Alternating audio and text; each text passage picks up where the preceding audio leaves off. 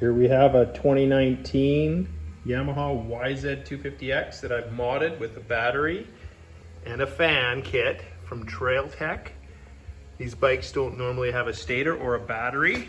They can have a fan kit installed on them to keep them cool. I've installed a battery, Akita 18 volt, 3 milliamp hour battery under the seat with a converter hidden in the box, 18 volt to 12 volt converter, on off switch, fused and disconnectable, so you can take the seat off anytime and convert it.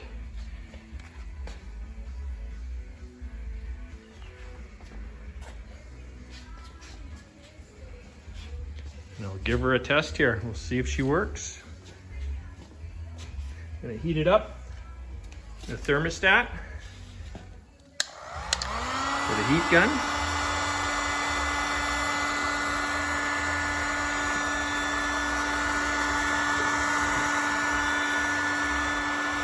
And when she reaches 157 degrees Fahrenheit, she should cut in.